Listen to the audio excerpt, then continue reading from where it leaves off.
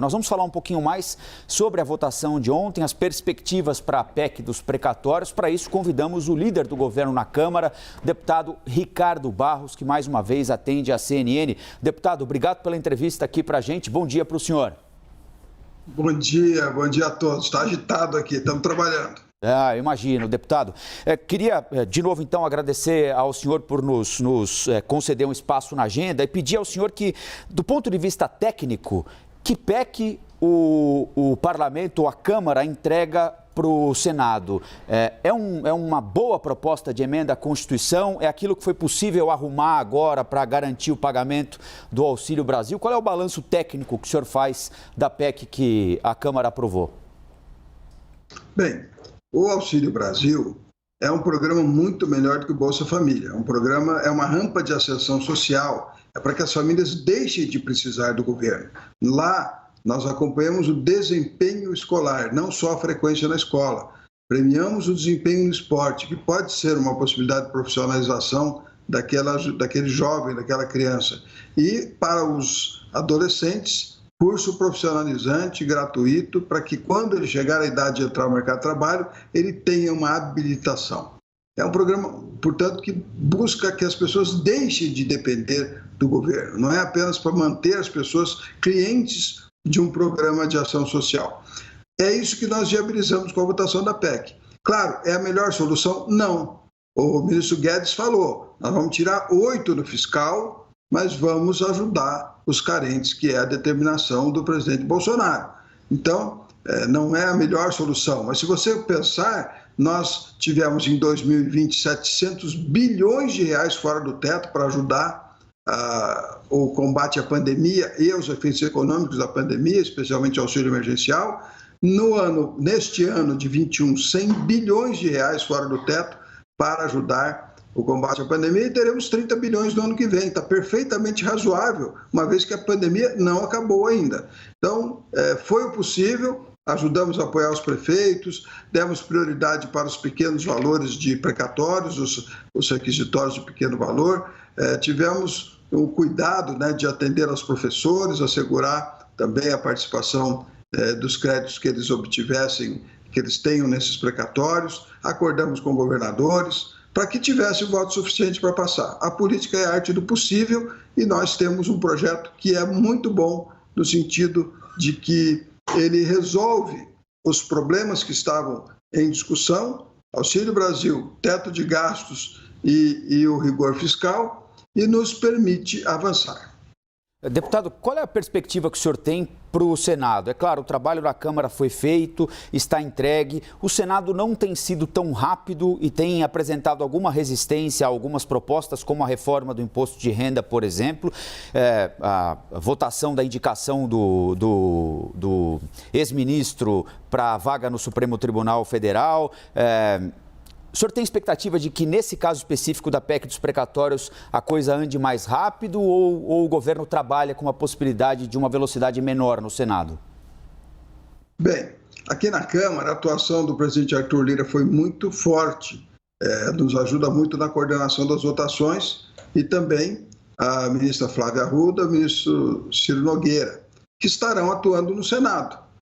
Não o Arthur Lira, mas os demais. Eu espero que sim, o presidente Pacheco já deu uma declaração que vai agilizar e nós esperamos que seja votado rapidamente no Senado Federal. Mas é uma outra casa, tem outra dinâmica. Lá, o senador Fernando Bezerra, líder do governo no Senado, é que vai poder explicar melhor a vocês as expectativas que ele tem de aprovação no Senado Federal. Nós aqui entregamos bem a nossa tarefa. Eu disse na votação do primeiro turno que íamos aprovar e aprovamos, e disse que aprovaríamos no segundo turno com mais votos se conseguimos apresentar esse resultado. Portanto, a liderança do governo tem essa articulação com a base, uma capacidade de leitura da votação. Não foi fácil, porque partidos de oposição mudaram de posição na hora de votar o segundo turno, ficaram contra o auxílio de R$400, mas ampliamos a nossa participação na base do governo e conseguimos aprovar uma boa conquista para os brasileiros. Deputada Basília Rodrigues quer fazer uma pergunta ao senhor também. Oi, Basília. Oi, deputado, tudo bem? Muito bom dia ao senhor Colombo, me passando aí a palavra. Bom, pela sua última resposta, o senhor atribuiu essa vitória ao desempenho do presidente da Câmara dos Deputados, Arthur Lira. Então, para o senhor, a aprovação da PEC lá no Senado Federal também depende dessa dedicação pessoal do presidente da Casa, Rodrigo Pacheco? E mais uma perguntinha, até quando o governo tem que garantir essa aprovação para conseguir pagar Auxílio Brasil de R$ 400 ainda dentro de 2021? Azília, nós temos a expectativa de que o presidente do Senado se empenhe na votação. A dinâmica dele em relação ao plenário do Senado é diferente da dinâmica de Arthur Lira na Câmara, mas, obviamente, ele, como presidente, tem muita força e nós temos que votar rapidamente no Senado para que haja tempo para a implementação da proposta. Inicialmente, o ministro João Roma tinha pedido 40 dias para implementar, mas nós vamos, obviamente, estar fazendo já o trabalho de implementação, de preparação da implementação, para quando aprovar poder pagar ainda em dezembro. O ministro João Roma, portanto, tem que acelerar o seu trabalho, mesmo ainda sem a certeza da aprovação, para que ele possa, sendo aprovado, ter tempo de implementar. Está tudo sob controle, as nossas previsões de votação estão corretas, o governo tem clareza da responsabilidade de não deixar desamparados os que tiveram a sua capacidade de ganho de sustento da família atingidas pelo isolamento social da Covid. Gustavo Uribe, agora a sua pergunta para o deputado Ricardo Barros, líder do governo na Câmara. Bom dia, líder. Líder, o senhor acabou de reconhecer que o governo federal não deixará a população desamparada e reconheceu também que no Senado Federal o jogo é outro, há outras dificuldades. Caso não seja possível aprovar neste ano no Senado Federal, o plano B é palpável, é possível? Se fará um orçamento de guerra pagando um auxílio emergencial que poderá chegar a até mesmo R$ 600? Eu não acredito nisso. Esses R$ 600 é a oposição que diz, nós somos contra, votamos contra o auxílio de 400, mas se passar nós queremos dar 600. É uma absoluta falta de respeito à inteligência das pessoas, né? Para dar 400 nós somos contra, mas se tiver que dar, queremos dar 600. Obviamente, a absoluta falta de responsabilidade fiscal, de entendimento da situação que passa o país. Eu não quero especular resultado no Senado, porque não é a minha função, mas estamos confiantes na aprovação. Não tem plano B. Vamos aprovar a PEC dos precatórios. Eu falei o tempo todo aqui na Câmara e aprovamos, e a meta é aprovar no Senado. Líder, bom dia. Luciana falando aqui. Queria introduzir aqui a temática daquele que ficou conhecido, chamado, apelidado de orçamento secreto. Queria sua avaliação sobre o julgamento tramitando no STF e também gostaria de saber se é possível dar transparência a esses recursos, líder. Luciana, sem nenhum problema. Os recursos são transparentes, pois eles são empenhados e pagos pelo sistema financeiro do governo federal. Os recursos são todos destinados a prefeituras, a instituições. Não há nada que se possa fazer secretamente com dinheiro público. É impossível, dentro da legislação que nós temos, fazer alguma coisa secreta com dinheiro público. Então, isso é uma falácia, na verdade, né? Mas as emendas de relator, né, nós estamos tratando de quem ordena a despesa, né? As emendas de relator foram contestadas pelo Supremo Tribunal Federal. Lamento a interferência, de novo, do ativismo político do Judiciário no Legislativo e no Executivo, que está cada vez mais frequente, mais imprevisível e mais intensa, mas não há nenhum problema também em, eventualmente, alterar aqui a forma da tramitação para que os requisitos que foram levantados pelo Supremo Tribunal Federal possam ser atendidos. Isso não é um problema, isso é apenas uma questão burocrática que pode ser resolvida, mas a solução ainda não está dada. Vou lembrar vocês, orçamento é no Congresso, né, que é a sessão conjunta de Câmara e Senado. E Congresso, o presidente é o senador Rodrigo Pacheco e o líder é o senador Eduardo Gomes. Não quero entrar em detalhes sobre essa questão, porque não é da minha alçada. eu sou apenas um apoiador da solução que for decidida. Obviamente, sou especialista em orçamento, eu fui o autor da resolução número 1 de 2016, que define toda a tramitação das matérias orçamentárias, fui relator do orçamento, entendo bastante dessa matéria, mas eu apoiarei o senador Rodrigo Pacheco, o senador Eduardo Gomes, na solução que eles encaminharem. Não é meu papel tentar solucionar o problema ou dar a vocês a informação de como isso será feito. Mas a emenda de relator, o questionamento que se faz e o Supremo acolheu é de que ela não permite à sociedade ou a quem queira saber quem é o deputado ou o senador que está destinando verba para determinada finalidade, que a finalidade às vezes é excessivamente genérica, ou seja, não há ali a descrição que o dinheiro é para reformar o posto de saúde da cidade tal, mas é um dinheiro para melhorar a saúde pública do Paraná, do estado do senhor, ou de São Paulo, ou do Ceará. Essas críticas são verdadeiras? Colombo, não é assim. Toda aplicação de recurso público precisa ser inscrita no Ministério, tem que atender os requisitos, ou é custeio, né? É um dinheiro para custear a saúde, que é um dinheiro livre, ou é investimento, é um posto de saúde, pode ser uma reforma, que é custeio também, pode ser uma construção de uma escola, pode ser uma estrada, mas não tem, mandei um dinheiro lá para a prefeitura e ela vai fazer o que quiser. Não existe isso.